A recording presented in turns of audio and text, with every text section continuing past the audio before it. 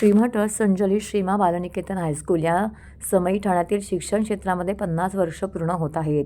संस्थेच्या सुवर्ण महोत्सव प्रसंगी 30व्या आंतरशालेय विविध स्पर्धांचं आयोजन करण्यात आलं आहे. या भव्य कार्यक्रमाचं उद्घाटन श्रीमा ग्रुप ऑफ इन्स्टिट्यूशनचे ट्रस्टी श्री आर राजन आणि श्रीमती संतोष राजन यांच्या हस्ते करण्यात आलं. या प्रसंगी संस्थेचे सन्माननीय चिटणीस रमेश जोशी, प्रिन्सिपल सेजल नारंग, प्रिन्सिपल मिनी नायर आणि हजारोंच्या संख्येने विद्यार्थी पालक उपस्थित होते. ही आंतरशालेय स्पर्धा विद्यार्थ्यांच्या सर्वांगीण विकासासाठी आणि व्यक्तिमत्वाला आकार देण्यासाठी गेली अनेक वर्षे आयोजित करण्यात येत आहे. या स्पर्धेमध्ये मुंबई, ठाणे, मुलुंड, नवी मुंबई आणि कल्याण डोंबिवली येथील विविध शाळा उत्साहाने सहभागी होतात. यावर्षी जवळजवळ 60 ते 70हून अधिक शाळांनी सहभाग घेतला आहे.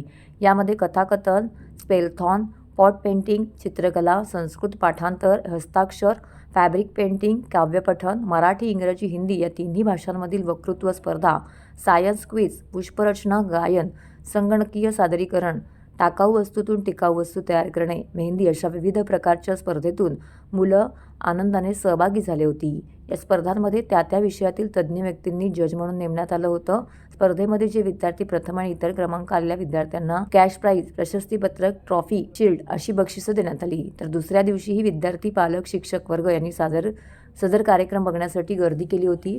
2 दिवसाच्या भरगच्च कार्यक्रमानंतर हा शालेय महोत्सव संपन्न झाला.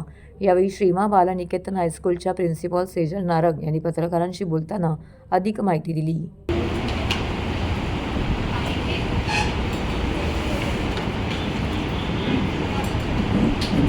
मॅडम होता हा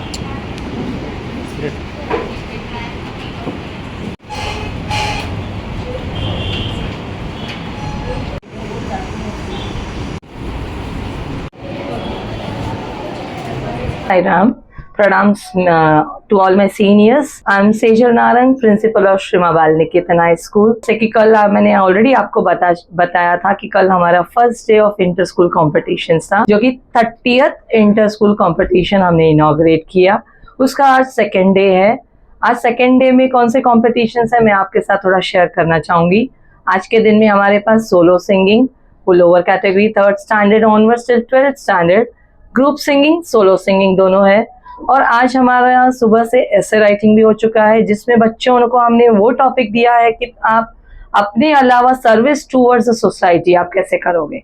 बिकॉज आजकल ऐसा हुआ है कि हम सब अपने तक ही सीमित रहते हैं, जिसमें हमने टॉपिक्स के थ्रू बच्चों का एटलीस्ट ब्रेन स्टॉर्मिंग हो जाएगा कि वो सोचेंगे कि मैं सोसाइटी को कैसे कंट्रीब्यूट कर रहा हूँ. उसके अलावा through out the day mehndi competition है, पॉट पेंटिंग चल रहा है, संस्कृत रेसिटेशन जिसमें मैं ज़्यादा फोकस करना चाहूँगी हायर कैटेगरीज के लिए है, जिसमें हमने श्रीमद् भगवत गीता के 2 चैप्टर्स, लोअर कैटेगरी के लिए हमने 12th चैप्टर रखा है एंड हायर कैटेगरी के लिए हमने 5th चैप्टर रखा है, जिसमें वो 15 to 20 श्लोकास पढ़ के आते हैं. उसमें एक श्लोका का मीनिंग भी एक बताते हैं. ये क्यों हम करते हैं? क्योंकि कम से कम बच्चों को इसके थ्रू वो पढ़ेंगे और उसका महत्व क्या है, श्रीमद् भगवत गीता का जो हमारे एंशियंट कल्चर से हम पढ़ते आ रहे हैं, संस्कृत जो कि हमारी एंशियंट लैंग्वेज है जिसे हम भूलते जा रहे हैं, तो उसका हमारा मेन हमारे मैनेजमेंट का ये एक मकसद रहता है कि थ्रू दिस बच्चे उससे कनेक्ट रहते हैं.